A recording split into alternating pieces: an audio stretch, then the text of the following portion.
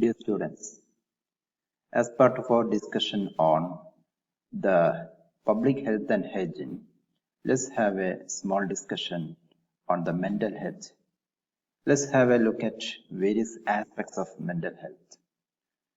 What is meant by mental health?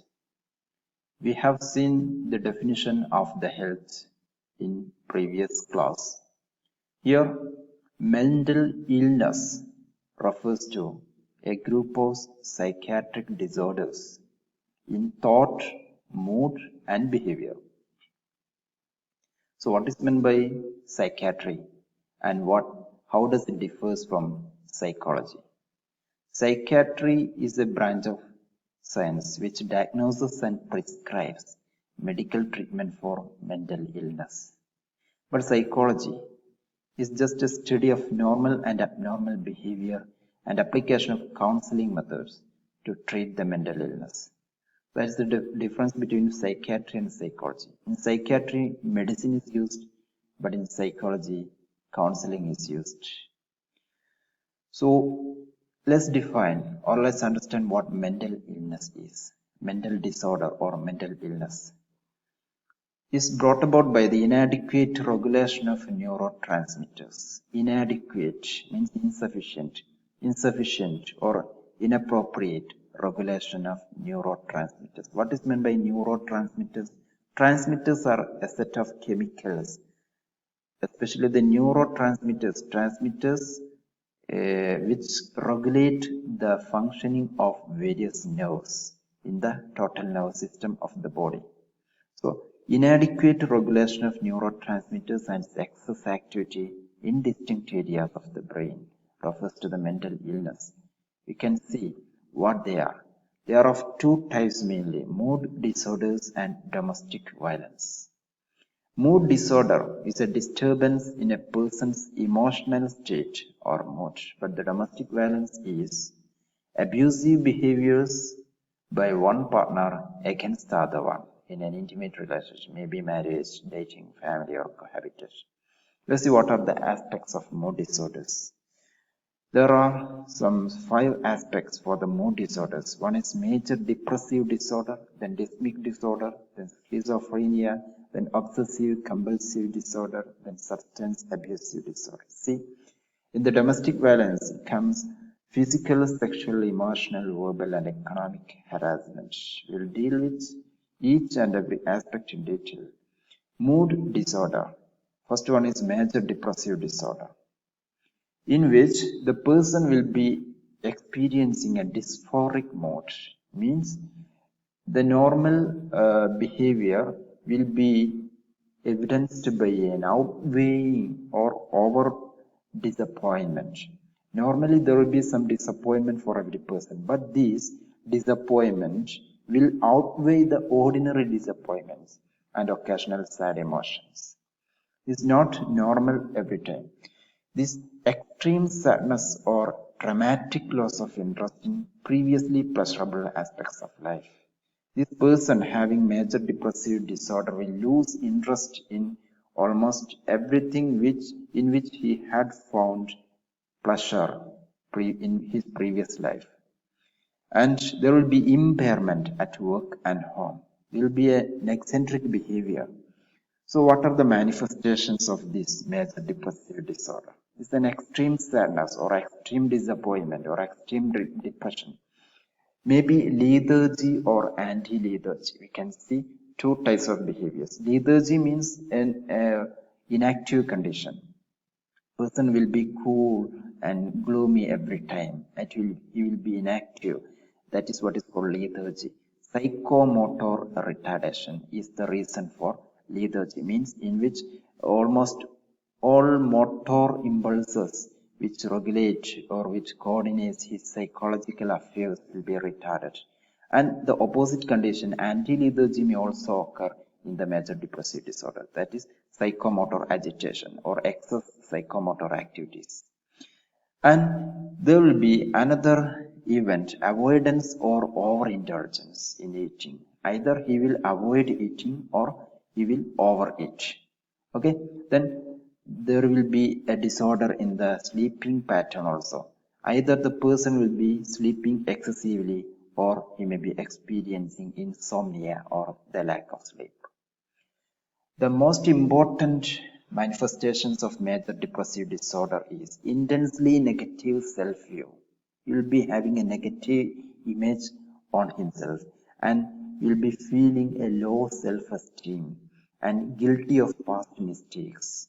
You will be having a feeling of guilt on some of his minor past mistakes. The person may suffer from any inability to make a decision about some simple matters. You will be hopeless and you will be negative. So that type of attitudes may lead to sometimes suicide. This active episode may be the 2 weeks to a period of months. That will be very short period. Active episode of major depressive disorder is from 2 weeks to a period of months. Here you can see another or the second one, Dysthymic disorder. Dysthymic disorder is also a depression, but not intense as that of major depressive disorder. It's a slight disturbance in the mood, distressing, but it is long lasting, not like the major depressive disorder. Disturbance in appetite and sleep are the main symptoms of this dysthymic disorder. Then other symptoms include low energy and fatigue. That's a condition of lethargy. Then low self-esteem. Then poor concentration in almost everything. Then decision-making difficulty will be there.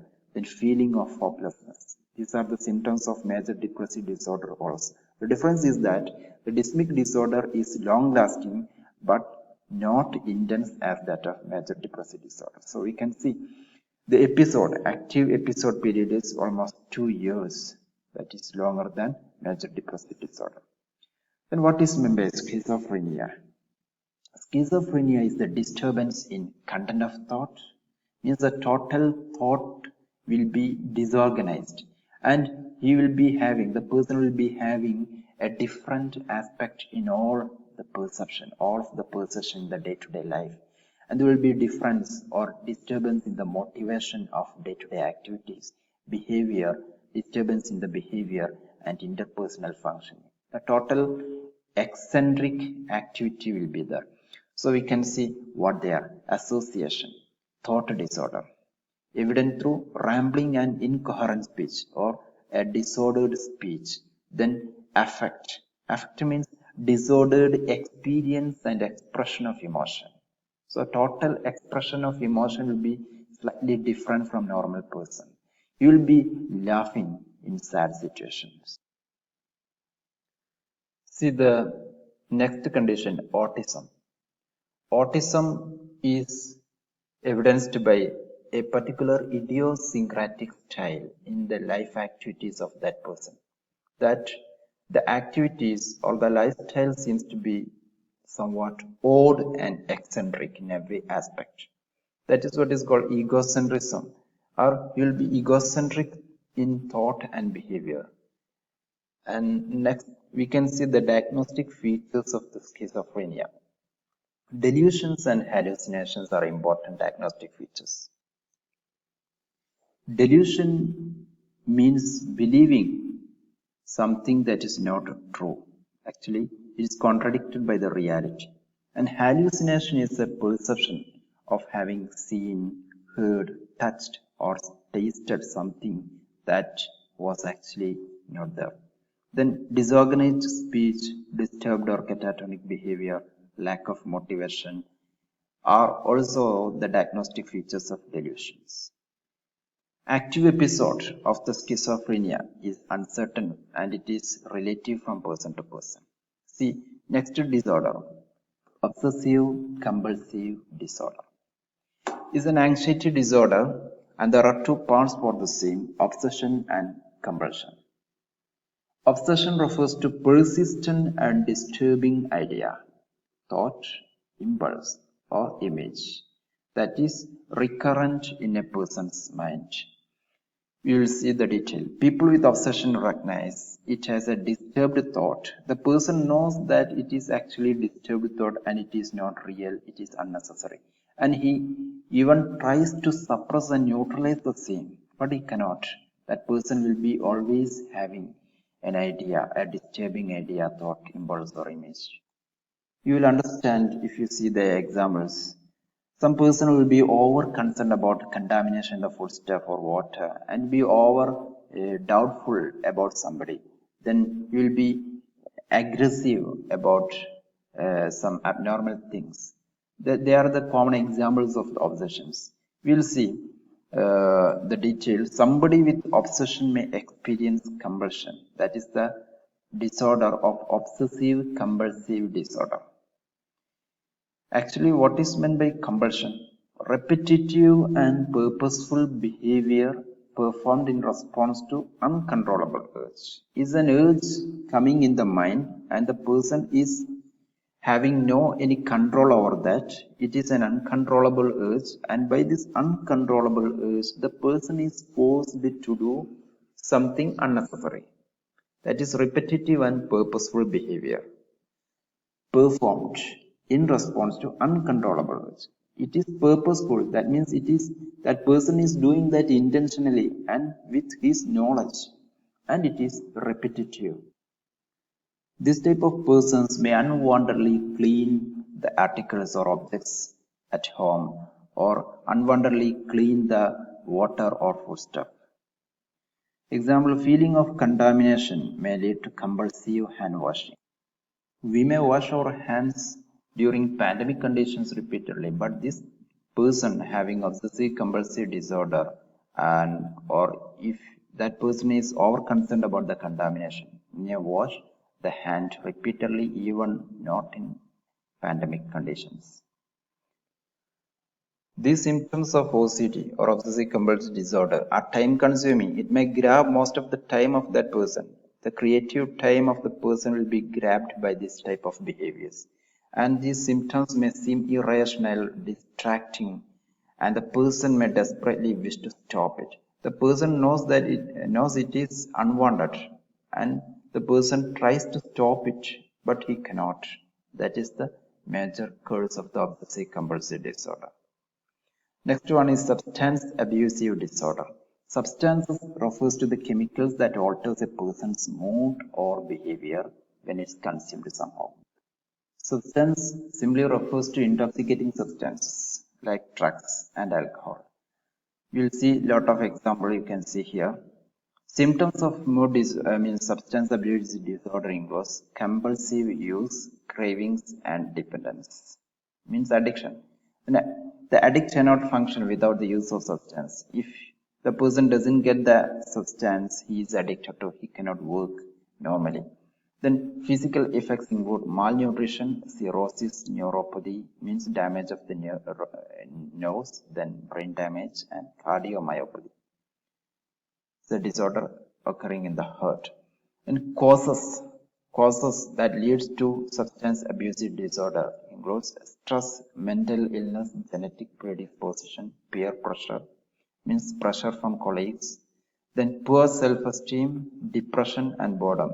These may be the symptoms of other major disorders, but this may lead to substance abusive disorder sometimes.